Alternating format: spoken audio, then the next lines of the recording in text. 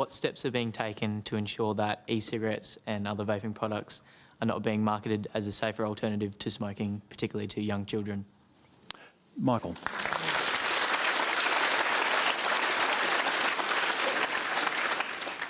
I don't want to see any young person taking up smoking in any form, whether it's vaping, whether it's smoking.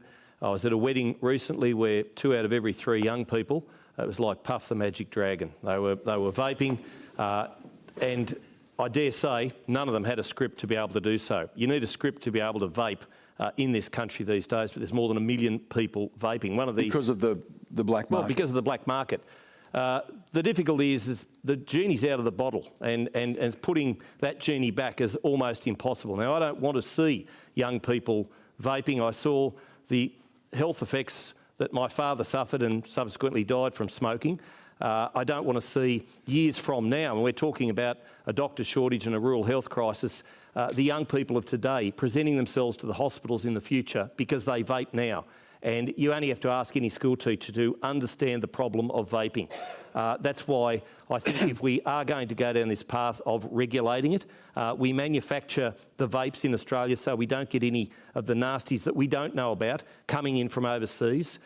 We stop that black market and we regulate it in a proper sense so that we're not encouraging young people looking at magic peach and passion fruit or whatever the other flavours are. They just don't know what they're actually inhaling. So how are you comfortable then with accepting donations from big tobacco, because the National Party does? They do. They do. And so you said your father's experience.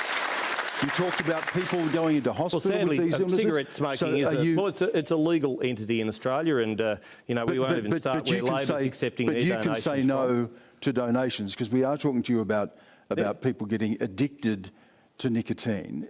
You can say no to those donations. Well, I can't as one person stand, but the party could at an administrative level.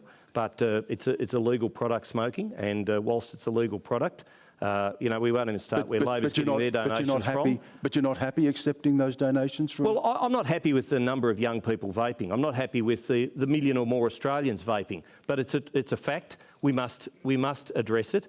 And I can see the only way forward to address it is to make sure that we regulate it in some way so that we actually have the manufacturing here in Australia, so that we're not getting those nasties from the vapes that are obviously coming. There's one regional health network which has already confiscated in New South Wales thousands upon thousands of vapes, but they can't actually put them into landfill because of the battery and the nasties inside them. So if it's bad for the environment, goodness knows what's doing to people's young lungs. I just need to persist with this, because not only does the party accept donations from big tobacco, but you were among a group of national MPs who met with big tobacco before you came out with the National Party's position on vaping. Well, I wasn't per se, but they were in the room, yes. They were.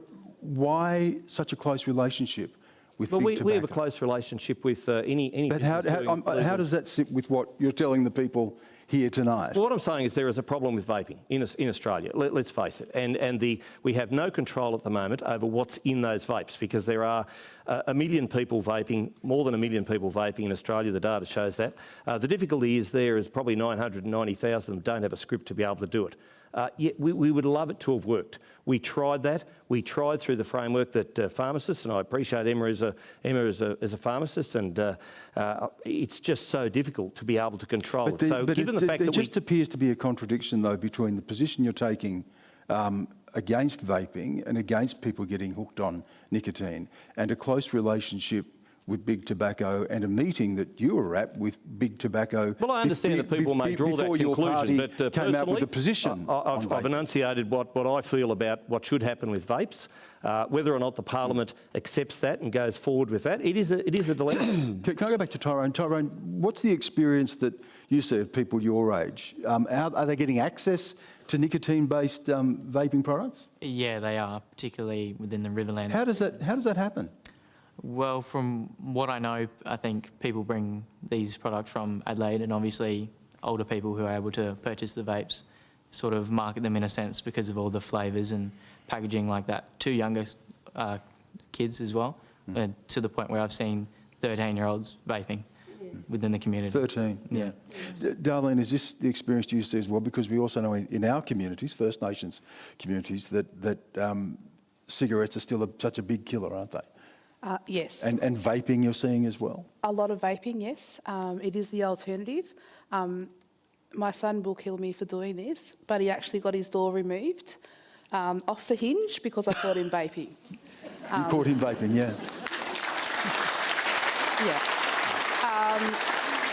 So yes, it is a serious issue, and kids as young as 13, if not younger, are able to access them quite easily. Mm-hmm. What are you going to do about it, Emma? I mean, as a pharmacist, and Tyrone, this is such an important question, and I heard this from young people in Yarrabah in far north Queensland just last week. I'm a pharmacist who's trained in smoking cessation, and what we are going to do is not do what the former government did and just allow this to run rampant. What Big Tobacco have done is tricked young people into being the next generation of nicotine addicts. So what we've done is Minister Butler, the Health Minister, through the TGA, has called on submissions. More than 4,000 submissions were received from across Australia about this really important question. All state and territory health ministers have agreed that this is a national priority. The Health Minister is working through these submissions at the moment to work out what is the best action that we can take. Legislative action, regulatory action. But we already know what some of the states are doing. We know it's been banned in public places in some of the states. You know what can be done. Can you commit to that? Is that the sort of thing you'll be looking at? So what the Health Minister has done is through the TGA asked for these submissions. We're working through the submissions at the moment, Tyrone, to work out what is going to be the most effective and safe options to stop the next generation of nicotine addicts. But you know what the states are doing. Can you then say that we'll bring it in line with states that are banning it in public places, for instance? What we are going to do is work with the state and territory health ministers to have a national approach. We had some of the lowest smoking rates for young people around the world, and that was partly because of the reform of the former Labor government, including plain packaging. So you can see from our track record that we have been world leading, and we're determined to be that again, and we will work very closely with the state and territories to make sure that we have effective and safe actions to make sure that we are not seeing the next generation of nicotine addicts. Bob. Oh, you know, I mean, we're going to have an inquiry. That's all we ever do. Just have an inquiry. You know, I was in a government, if you couldn't make a decision, and I was in the cabinet room when the Premier said, if you can't make a decision, get out of this room.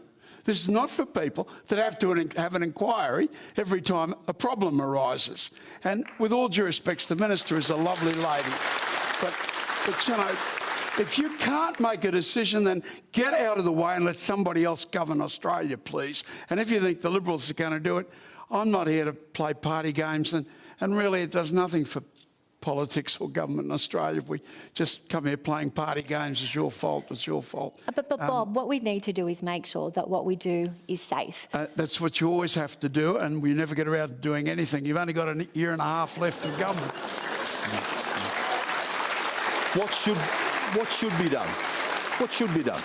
Oh, look, you know, I have a reluctance to just pass legislation every 10 minutes banning everything.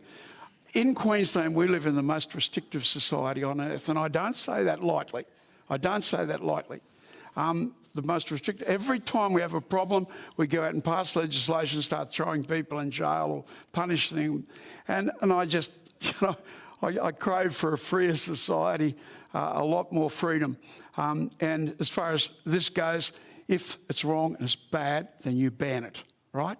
If it's not, then, you know, you've got no right to start curtailing people's freedoms.